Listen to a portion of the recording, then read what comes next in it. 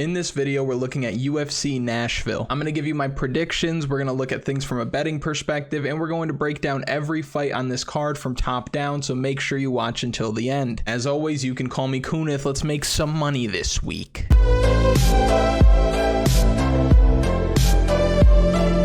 If you watched the videos last week, you know we went 11 for 11 on the card, and it begs the question, who else is doing that? Who can compete? If you're a supporter of the channel, a loyal subscriber, a champion on KunithMMA.com, you had a great week, and let me know about your triumphs down in the comment section. I'd love to see them. I won't waste another second of your time. We will get right into things. The main event this week is Cory Sandhagen, Rob Font, banger, banger, banger. Rob Font saves the day as he steps in for Umar Nurmagomedov to fight Cory Sandhagen. These guys will have 5 rounds to work, but I don't know if they're going to need all 5. Sandhagen is one of the biggest favorites on the card, and rightfully so. While Rob Font is a dog with a well-rounded game and elite jab, I don't see a clear path to victory for him this week. Font has most of his success when he's able to win the volume game, when he has better footwork than his opponents, when he can mix in takedowns effectively. But Cory Sandhagen on the numbers has never been outlanded by his opponent outside of his fight with Aljamain Sterling that ended pretty quickly, where he was outstruck 1 strike to 2. I take that out. Apart from that, he's never lost on the numbers. So don't expect Cory Sandhagen to lose the volume game, and a lot of that has to do with him training at altitude. He's got insane footwork, world-class defense as well. I expect the movement from Cory Sandhagen to be just too much for Rob Font this week. The angles from Sandhagen are going to create a lot of opportunities for big shots like flying knees, high kicks, sneaky uppercuts. And if any of these strikes are landing flush, I could see Rob Font getting dropped. We've seen him dropped 5 times in his last 3 fights. That can happen again in this one. From a betting perspective, I can see the respect for Rob Font keeping the line in check, so we're at better than minus 300 odds, but Cory Sandhagen is very much a parlay piece this week. Now, Rob Font has never been knocked out before in his entire career, but at 36 years old, taking this fight on short notice, wearing a lot of damage in these fights, and having a tendency to get into wars, I see Sandhagen busting him up, finishing him late, even by doctor stoppage if it gets to that point. Give me the higher ranked guy, the younger man, the bigger man, and the more talented striker overall. Give me the Sandman by knockout. In the co-main event spot, we have a fun clash of styles with flyweights this week, where a legend of the game, Jessica Andrade, fights yet again. We've talked a lot about Andrade since the channel started because she's been super active, and we talk about this every time. She's fought everybody. She's competed at the absolute highest level against the best female fighters we have ever seen and probably will ever see. She's been in the game for a long time, and she's nearly 32 years old, which is not old for the fight game, but she's also 35 fights into her career. She is a former champion, but there's a chance that she's like my clothes that are about to be put in the dryer. Erin Blanchfield beat her in every aspect of MMA back in February and finished her in the 2nd round. Yan Xiaonan knocked her spark out less than 3 months ago, and that was not only Yan Xiaonan's only finish in the UFC, but that was her first finish in 7 years. Not only that, it was her first knockdown in the UFC, and in that fight, Jessica Andrade looked hesitant, poor defensively, and the decline for her is very apparent. And when you're fighting world champions, you're making money, you have, let's call it scattered focus, it's going to be hard to stay competitive at the highest level. And she'll beat the Lauren Murphys and the Cynthia Calvillos of the world. She'll still beat a lot of the roster, but when she's fighting at this level, it's just not going to happen. Especially this week because she fights Khabib Nurmagomedov. My mistake.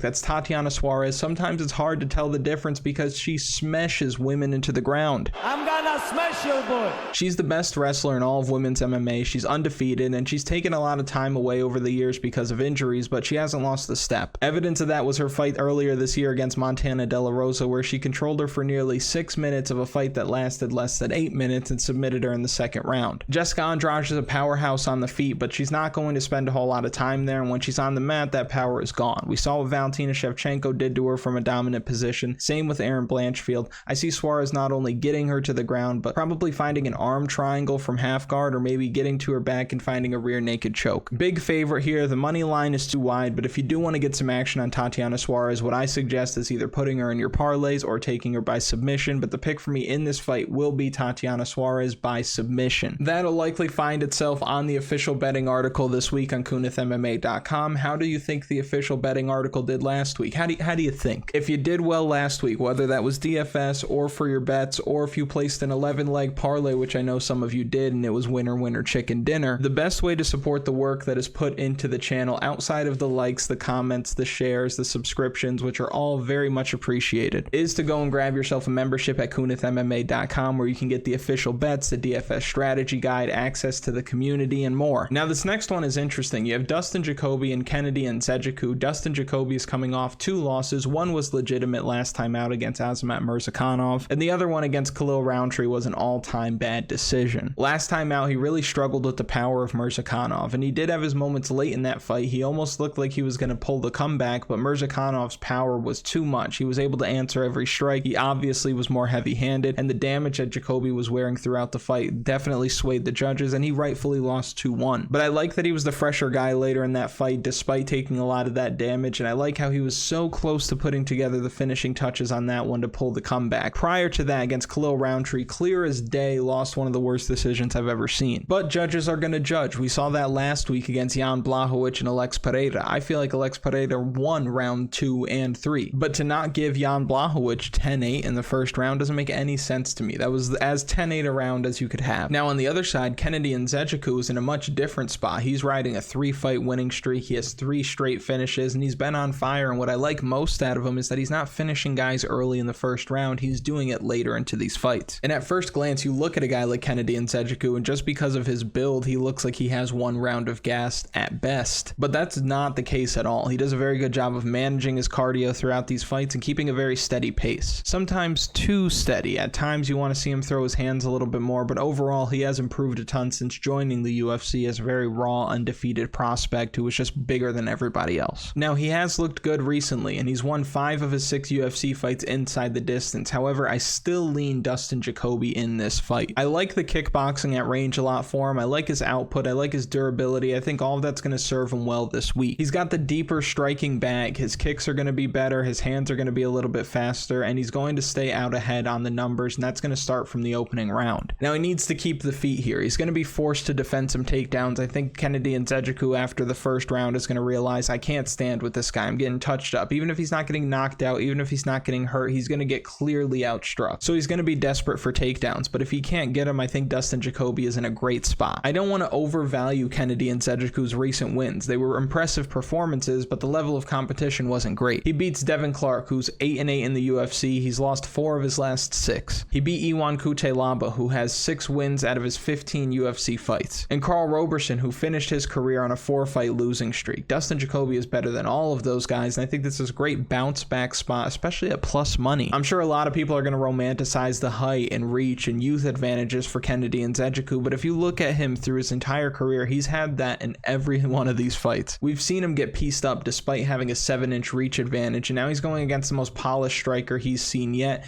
Give me the Hanyak this week. Give me Dustin Jacoby to win this fight by decision. Next, we have a fight between Gavin Tucker and Diego Lopes. Now, do you ever stop and think, where did the time go? I personally don't, because I'm not old, but some of you are probably old and think that occasionally. That's how I feel about Gavin Tucker, who is now 37 years old. It's like, Gavin Tucker, when'd you get so old, brother? You know, I'm 56 years old. Damn! I'm sorry. And maybe it's taking me by surprise at first glance because he hasn't been all that active in his 7-year UFC career. He's only fought 6 times. In his most recent fight, he got slept by Dan Ige, broke bones in his face. It was a bad scene, and that was before the channel even existed, before the idea of the channel even existed. Now, his last win was over Billy Quarantillo, who we're going to talk about later on this card. He was able to out-wrestle Billy Q in that fight, and that's how he's winning these fights. Gavin Tucker does his best work when he's the better grappler in there, but that was some time ago. That was late in 2020 when I was still wearing a mask to go to Walmart like a damn sheep. Now on the other side, Diego Lopes shook the hardcore MMA world about 3 months ago when he gave Movsar Evloev everything he could handle stepping in on short notice in that spot. And he had a performance just like Basil Hafez had against Jack Della Maddalena, where you look at it and say, when this guy fights again, we're hammering it. And this looks like a matchup where you can absolutely do that because this guy can strike. He's super active off his back, as active as you'll see anybody in the UFC right now. And he's fighting a guy who wants no business business, really striking in this spot. He's going to be shooting for takedowns every chance he gets. He was destroyed last time he spent any time on the feet. I see Lopes rocking Tucker on the feet and forcing him to take a bad shot and finding a submission off of that. Possibly a guillotine, a Darce choke, maybe a triangle choke. It's the same thing we talked about with Kevin Holland and Michael Chiesa last week. And he's a lot younger, he's a lot bigger, and with a full camp, he's going to be a problem. Give me full camp Lopes here. I see him winning inside the distance. Tanner Boser is going to be testing his luck again at light heavyweight after losing to Iwan Kutelaba early in the first round just a few months back. I found the stoppage to be a bit early. The ref got himself involved a bit too soon in my opinion, but to be fair, Boser was letting himself get hit. He put himself in a bad position and he wasn't intelligently defending himself, eating a lot of big shots. Can't do that and not expect the ref to get involved. I get it. What I like from Boser, however, is his chin, is his cardio, his speed, although that may have been a result of fighting slower men up a weight class, so the jury's still out on his speed. But now he's fighting Aleksa Camur. He's fighting a younger man, somebody who's a better athlete than him, and somebody who's going to put a lot of volume out there. Aleksa Camur famously fights out of the same gym as Stipe Miocic in Ohio, and the UFC looks like they want the man to succeed. He's had some pretty soft matchmaking in the UFC so far. You won't see it there, but before he fought Justin Ledet, he fought Fabio Chiron. So you're talking Fabio Chiron, Justin Ledet, William Knight, who looks a lot scarier than he fights, and Nick Negamarianu, not exactly a murderer's row. And even in that fight against Nick Negamarianu, you might look at the game log and say, oh, he lost that fight. But if you go back and watch that fight, he should not have lost that fight, not by any means. It shows as a split decision loss, but it was a typical Mike Beltran masterclass of poor refereeing, where he was letting Nick Negamarianu grab the fence so much I thought he was about to start climbing it. But I'm not surprised. We know there's no such thing as fouls or penalties in MMA. You can do whatever you want as long as you do it maybe once. However, in that fight, it was egregious. He was grabbing it every chance he got. Mike Beltran was just twiddling his beard. He wanted nothing to do with it. So really, he should be 3-1 in the UFC, and if that were the case, he'd probably be the favorite here. On top of that, Vegas loves Tanner Boser. There are fighters that are on the roster, and we've talked about this in the past, who just get the rub from Vegas all the time. They're always viewed as the favorite. Eric Anders is a great example. Vegas always thinks Eric Anders is going to win unless it's some very elaborate money laundering scheme that they got going on there. If you look back at Tanner Boser's run in the UFC, outside of his fight against Cyril Gane, he has been the favorite or close to the favorite in all of these fights. And what's more is that the underdog has won more often than not in these situations. So don't let the odds sucker you into laying chalk on the bulldozer this week, because it normally doesn't work out for you. I actually like the Aleksa Camur side here because of the plus money. I like the time off as well at his age. He hasn't been active for 2 years, but he's only 27, and the jump you're making from 25 to 27 isn't like 35 to 37. That time off can make a big difference, adding a lot of wrinkles to his game. And lastly, he's going to offer you more ways to win. If there are going to be takedowns in this fight, it's because Aleksa Camur's looking for these takedowns. Tanner Boser's only going to wrestle defensively, so give me the younger guy, the guy who's willing to wrestle, the plus money. Give me Aleksa Camur to win this fight by decision. And if you haven't already, like the video, subscribe to the channel, comment something for the algorithm, and if you want to go a step further, share this with somebody who you know is going to be watching the fights this week. Next, we're looking at a striker's delight in a matchup against Ignacio Bahamondes and Ľudovít Klein. Ignacio Bahamondes is rangy as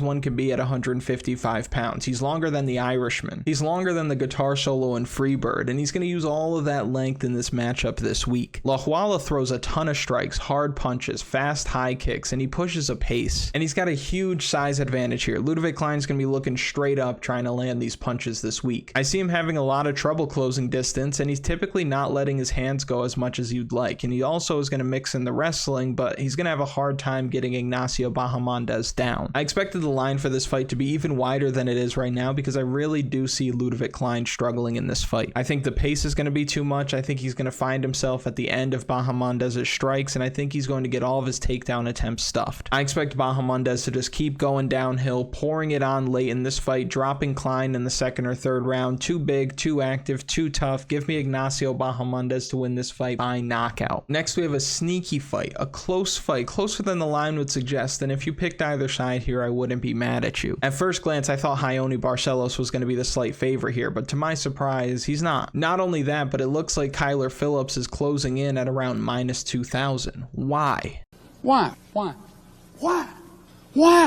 Why? Well, he's 8 years younger, he's the bigger man, and he can do it all. He's slick on the feet, and you would expect that from a guy fighting out of the MMA lab. He can wrestle effectively, which won him a fight over Song Yadong, which is all the hotness these days, so that fight is aging very well. And the biggest thing at play here is that nobody is running through Kyler Phillips. Even in his losses, whether that be as a pro or an exhibition fight on The Ultimate Fighter, these are split decisions, majority losses. Like, these are not clear-cut wins for the other guy. You can argue that he won all of those fights. Now, on the other side, you have Raoni Barcelos, who's had a real fall from grace. Just look at him. He doesn't look happy. He doesn't look there. He looks like if I told you to draw Jose Aldo from memory. He's 1-3 in his last 4. He was starched last time out against Umar Nurmagomedov, and the talk around Barcelos has always been that he has champion caliber ability, but he came into the UFC at a very bad time. And not only has it been a bad time because of the caliber of fighter that is at the top of the division right now, but it's also just too late in his career. Barcelos is a beast, but I believe he's beyond his prime, and I think the UFC is feeding him to someone who they believe can compete at the top of the division potentially. I like the movement, I like the speed, I like the takedown upside from the Matrix in this fight. Give me Kyler Phillips to win this fight by decision. Next, we're looking at a fight between Jeremiah Wells and Carlston Harris. I love both these guys in this fight because of the style that they bring. Carlston Harris is a scrapper who can finish the fight really from anywhere at any time. On the other side, Jeremiah Wells is him. On the feet, I give Harris the edge in technique and the ability to land these strikes, especially at range, but I do give the edge in power to Wells, who is the more explosive athlete, maybe as explosive an athlete as you would find at 170 pounds. On the mat, both guys have good jiu-jitsu, but I give the edge again to Jeremiah Wells because he's going to get the fight to the mat on his terms. He's going to be the one that's getting takedowns, reversing position if he gets put in a bad one, and he's going to end up on top at some point. I see him looking a lot stronger than the wiry Carlston Harris. I see him getting the clinch, getting that tight body lock, getting him to the ground, and probably finishing him in the first round. Club and sub is definitely on the table, but I think the most likely outcome here is an arm triangle choke from a dominant position from Jeremiah Wells early in this fight while they're still dry, while they're still fresh. Give me the guy with more ways to win, the stronger athlete, the more explosive athlete, and I believe the better grappler overall. Give me Jeremiah Wells to win this fight by submission. Again, it's here. It's Billy Q Fight Week. Shout out to Western New York. We love Billy Quarantillo. And how could you not? The dude is an absolute junkyard dog with some of the best volume in the UFC, and he's cooking dudes with his pressure, his wrestling, and his nonstop work. When you talk about guys that are going to fight for your money, that is absolutely who Billy Quarantillo is. However, he has been trading wins and losses as of late, and he's losing for different reasons, which is a bit concerning. Last time out, Edson Barbosa timed up a killer jump knee that put his lights out. That happens, I get it. But before that, he lost the volume battle against Shane Burgos, who has really struggled outside of the UFC and the PFL, where we thought he was going to thrive. And before that, he was completely out-grappled by Gavin Tucker. Now, the wins in between those losses are Alex Hernandez, who was beating the piss out of Billy Q and then gassed out, and then Billy Q did what he does. And he has a good win over Gabriel Benitez with that just insane volume, 179, I'll call it 180 strikes thrown, ridiculous. 141 DraftKings points that night, like that is slate-breaking stuff, especially at 7,700 that night, absurd. Now on the other side, you have Damon Jackson, who is known for a couple of things, being a damn good fighter, having one of the worst hairlines in MMA, but I like me some Damon Jackson because he's a grinder, he's smart on the ground, and if he can get the fight down into his world on his terms, he probably finishes it here. On the feet, Billy Q lights him up, wins a decision, or gets a late finish, but on the mat, I see Jackson having a huge advantage. Billy Q struggles with takedown defense, and I don't see Jackson looking to spend a whole lot of time striking, considering that he got folded like a pair of jeans last time out against Dan Ige in the first round. So